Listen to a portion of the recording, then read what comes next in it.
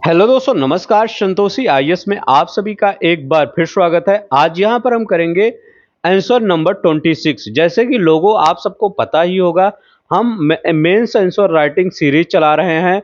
इस mains answer writing series में हम पूरा आंसर जो होता है आपका, जिस प्रकार से आपके पेपर में क्वेश्चन पूछे जा रहे हैं, पिछले 2-3 साल के जो ट्रेंड हैं उसी के अकॉर्डिंग आपका ये चलता है। तो यहाँ पर देख सकते हैं, ये पूरा आपका उत्तर प्रदेश में पंचायती राज प्रणाली का महत्व स्पष्ट कीजिए। इसका मैं आपको पहले सिलेबस दिखाता हूँ, इसके बाद हम क्वेश्चन आंसर सीरीज मतलब क्वेश्चन आंसर स्टार्ट करेंगे। तो चलते हैं, हम यहाँ पर शुरू करते हैं। यहाँ पर अगर हम आपको देखते हैं, सिलेबस दिखाते हैं। यहाँ पर सिलेबस में आपको ये जो टॉपिक है ये कहाँ पर पड़ता है, तो यहाँ पर आप 4th नंबर का आप देख सकते हैं, उत्तर प्रदेश में स्थानीय स्वशासन। तो उत्तर प्रदेश में जो स्थानीय स्वशासन है, इसके महत्व की, इसके समस्याओं की से रिलेटेड क्वेश्चन बन सकते हैं। तो चलते हैं, हम इसके आज महत्व पर जो क्वेश्चन बनेगा उसको हम देख लेते हैं, किस प्रकार से इसके महत्व पर क्वेश्चन आपका बन सकता है। तो चलते हैं, हम यहाँ पर शुरू करते हैं। यहाँ पर अगर हम बात करते हैं तो पहले हम क्या लिख सकते हैं, पहले इंट्रोडक्शन लिख सकते हैं। इंट्रोडक्शन में आगे क्या लिखेंगे, आगे थोड़ा-सा इंट्रोडक्शन आप हिस्ट्री से रिलेटेड, जहाँ से इसकी उत्तर प्रदेश में पंचायती राज को जो संवैधानिक दर्जा मिला है और जो जहाँ से शुरू हुआ है, वहाँ से थोड़ा-सा स्टार्ट कर सकते हैं। जैसे यहाँ लिखा गया है क्या, 73वें संविधान संशोधन अधिनियम 1992। कौन सा कह रहा है, 73वां संविधान संशोधन अधिनियम 1992। तो ये आपका जो है प्री का फैक्ट याद हो गया। से उत्तर प्रदेश में पंचायती राज प्रणाली को संवैधानिक महत्व प्राप्त हुआ।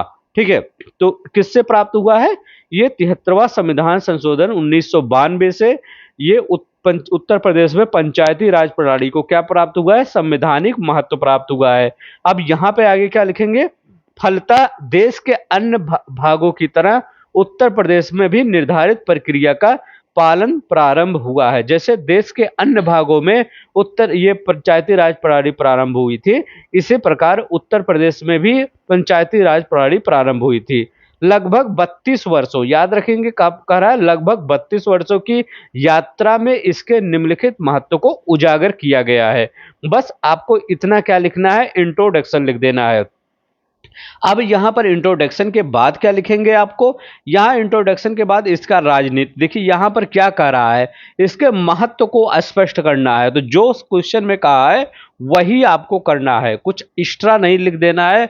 जैसे कुछ वर्ड आपको बहुत ज़्यादा आ रहे हैं तो उसके बारे में बहुत ज़्यादा नहीं लिखना है, जो हमेशा क्वेश्चन के अकॉर्डिंग ही अपना आंसर रखना है, तो आपको ज़्यादा से ज़्यादा नंबर मिल जाएगा। इस सीरीज को आप अगर फॉलो कर लेते हैं तो एक तो आपका सिलेबस पूरी तरह से तैयार हो जाएगा, क्योंकि बिना सिलेबस के दिखाए मैं क्वेश्चन नहीं करवाता हूं। दूसरी बात यह है कि आपका एक डर खत्म हो जाएगा, जो मेंस का डर होता है काफी बच्चों का कि किस प्रकार से मेंस को लिखना है, वो डर आपका खत्म हो जाएगा। तो चलते हैं, हम यहाँ पर अब देखते हैं राजनीतिक महत्व, देखते हैं राजनीतिक महत्व की। अगर हम बात करते हैं तो यहाँ पर एक एक चीजें आप पॉइंट देखा करिए, पॉइंट क्या क्या दे, क्योंकि हर चीजें आपको याद नहीं कर पाएंगे, एक दिमाग में बैठा लीजिए, इसी प्रकार से हमको लिखना है। जैसे यहाँ लिखना है, लिखा गया है कि लोकतंत्र की मूल भावना की वास्तविक रूप से पूर्ति, क्योंकि स्थानीय लोकतंत्र द्वारा ही वास्तव में ही लोकतंत्र का समावेशीकरण होता है। जो स्थानीय लोकतंत्र होता है, मतलब जो प्रधानी होता है, ये नगर पालिका पंचायत ये सब होता है, इसी के द्वारा जो असली लोकतंत्र होता है, जिसको आप क्या कहते हैं, विकेंद्रीकरण कहते हैं, उसका प्रारंभ यहीं से अगर माना जाता है। तो ठीक है, तो इसका प्रारंभ कहाँ से माना जाता है, यहीं से माना जाता है, जो समावेशीकरण होता है। तो ठीक है, तो ये पहला आपको ऑप्शन लिख देना है। या दूसरा, आप इसके महत्व के बारे में क्या लिखेंगे, स्थानीय स्तर के निर्वाचन में सफल होकर ऊपरी स्तर के राजनीति के दरवाजे खुलना संभव हो जाता है। जो क्या होता है यहाँ पर, जब क्या होता है, कोई पहले क्या करता है, पहले यहाँ देखिए नहीं लिखा जाता, मैं सिर्फ यहाँ पर समझाने के लिए लिख रहा हूँ। पेपर में आप इस साइड मत लिखिएगा, ना इस साइड ना इस साइड, ठीक है। तो यहाँ पर मैं समझाने के लिए लिख रहा हूँ। जैसे क्या होता है, कोई प्रधान बनता पहले बन जाता है, तो प्रधान के बाद वो क्या बन जाता है, फिर प्रधान के बाद वो ब्लॉक प्रमुख बन जाता है, तो ब्लॉक प्रमुख के बाद बन जाता है थोड़ा सा चेयरमैन बन जाता है, ठीक है। तो ये चेयरमैन, अब इसके बाद वो विधायक बन जाता है, फिर सांसद बन जाता है, मंत्री बन जाता है। ऐसे ही उसका क्या होती है, किसी भी नेता की जर्नी कहाँ से शुरू होती है, जैसे मतलब अगर कि बहुत से ऐसे नेता हैं जिनका, जैसे बहुत से नेता हैं जिनका बैकग्राउंड सही रहता है तो वो बन जाते हैं, ठीक है। लेकिन बहुत से जो गरीब तबके के नेता आते हैं, मतलब जो पहले तो सब ऐसे नहीं कि कोई नेता बना बहुत अमीर हो गया। पहले जो गरीब होता है, जो जो एक मतलब जनता के बीच से जाकर वहां पर बैठना चाहता है, वो यहीं से शुरुआत करता है। पहले प्रधानी बनेगा, फिर ब्लॉक प्रमुख, चेयरमैन, विधायक, सांसद, ऐसे ही बनता है, एक स्टेप स्टेप चढ़ते चढ़ते। तो वो यहीं पर लिखा गया है, स्थानीय स्तर के निर्वाचन में सफल होकर ऊपरी स्तर के राजनीति के दरवाजे खुलना संभव हो जाते हैं। तो ये दूसरा वाला कहने का इसका यही मतलब है। तीसरा ये कहने का मतलब है, देखिए महत्व, तो हम राजनीति महत्व की बात कर रहे हैं, तो देखिए ध्यान से समझिएगा। तीसरा करें हैं कि स्थानीय जनप्रतिनिधियों का राज्य और संघ स्तरीय चुनाव में सफल होने से राज्य व देश की जमीनी अनुभव करने वाले नीति निर्माता की प्राप्ति होती है। तो याद रखेंगे, जो स्थानीय जनप्रतिनिधि होती है, जनप्रतिनिधि होते हैं, वो क्या होते हैं, जमीनी स्तर से जुड़े होते हैं। उनको अनुभव जो होता है पूरी तरह से जमीनी स्तर का जुड़ा होता है। तो वो जो आगे के जनप्रतिनिधि, उनके मतलब उनकी जो अगर सफल, मतलब उनकी सफलता क्या होती है, वो गांव की सफलता पर निर्भर करती है और शहर की सफलता पर निर्भर करती है। नीति निर्माता की प्राप्ति होती है, ये याद रख लेंगे। तीसरा वाला। अब चौथा वाला क्या करा है, चौथा वाला करा है, देश के समस्त राजनीतिक चुनाव में सर्वाधिक वोट प्रतिशत इसी चुनाव में रहता है। आप देखेंगे कि जब ये लोकसभा का चुनाव होता है या विधानसभा का चुनाव होता है, उसमें कभी कभी 65-75% पहुंचता है, ठीक है। मतलब इसी के आसपास रहता है, कभी कभी 65-75 या 50, इसी के आसपास वोट परसेंटेज रहता है, मतलब लोग वोट डालने जाते हैं। लेकिन जो प्रधानी का चुनाव होता है, आप अपने गांव में देखे होंगे, यहाँ पर आप देखे होंगे हर घर से लोग जाते हैं। ऐसा नहीं होता है कि उस घर के लोग चुनाव वोट नहीं डाले, हर घर से लोग जाते हैं।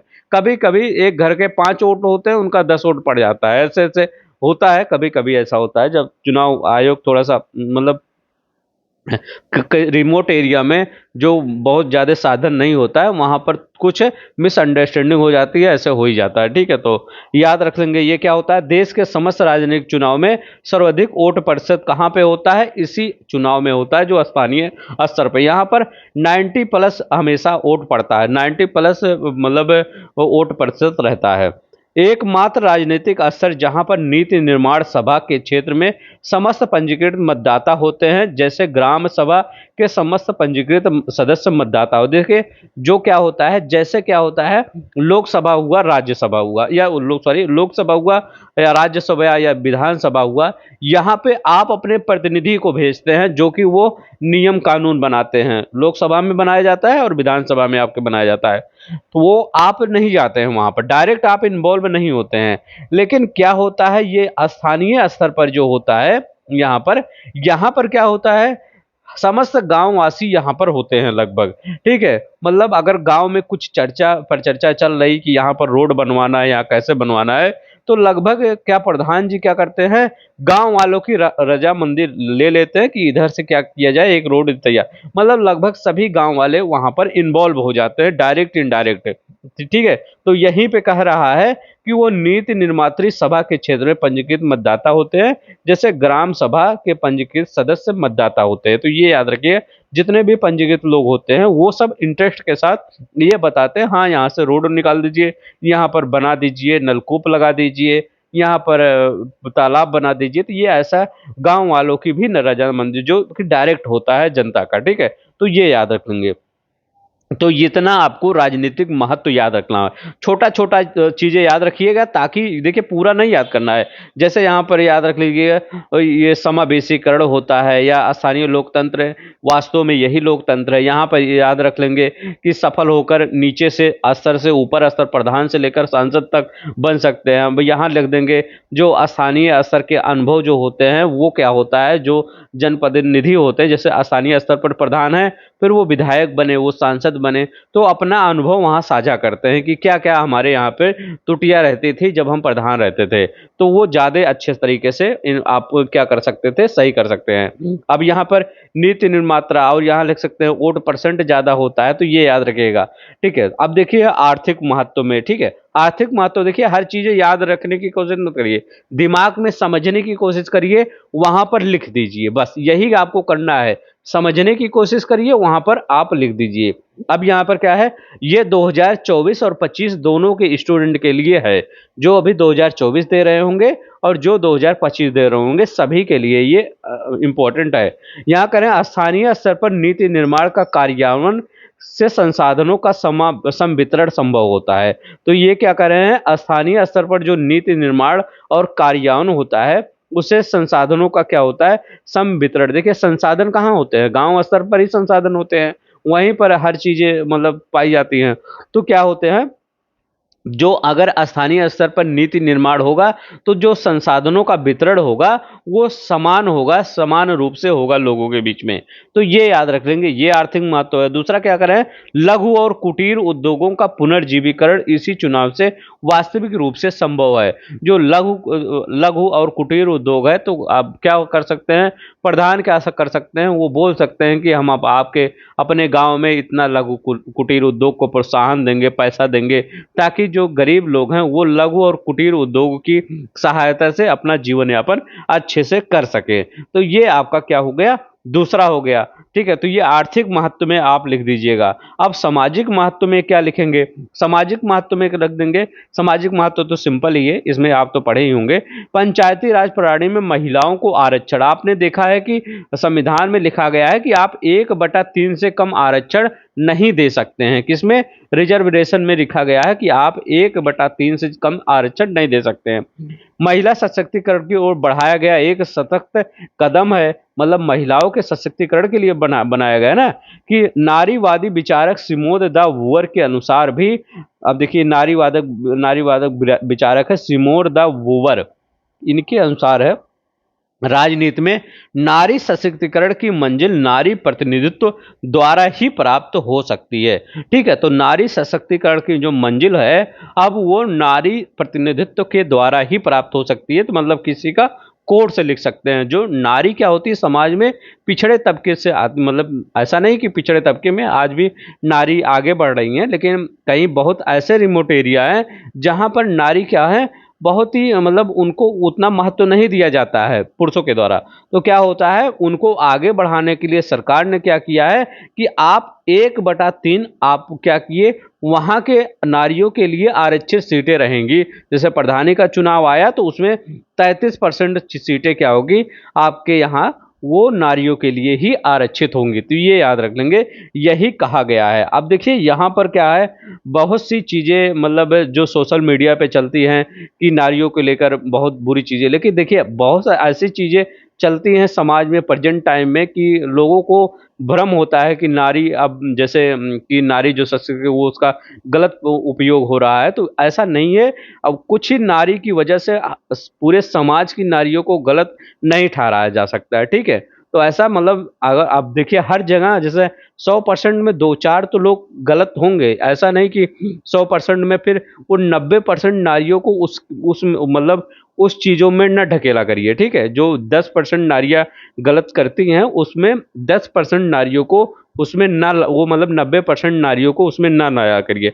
नारियां आज भी लक्ष्मी का रूप होती हैं। ठीक है, तो इतना याद रखा करिए। ठीक है, तो ये याद रखेंगे। दूसरा कह रहे हैं कि क्या करें, वंचित वर्गों पे एससी एसटी और ओबीसी के लिए आरक्षण व्यवस्था से सामाजिक न्याय सुनिश्चित होगा। और जन देखिए यहाँ पर क्या होता है, एससी का होता है, एसटी का होता है, ओबीसी का क्या होता है, आरक्षण होता है। इस इन्हीं के जॉन रॉयल्स के अनुसार क्या कहा गया है कि जंजीर की मजबूती उसकी कमजोर कड़ी की मजबूती पर निर्भर है, ठीक वैसे ही समाज का सशक्तिकरण उसके सबसे कमजोर वर्ग के सशक्तिकरण से तय होता है। तो ऐसे ही जैसे नारी का मतलब का 1/3 आरक्षण होता है, वैसे एससी एसटी ओबीसी का भी आरक्षण होता है।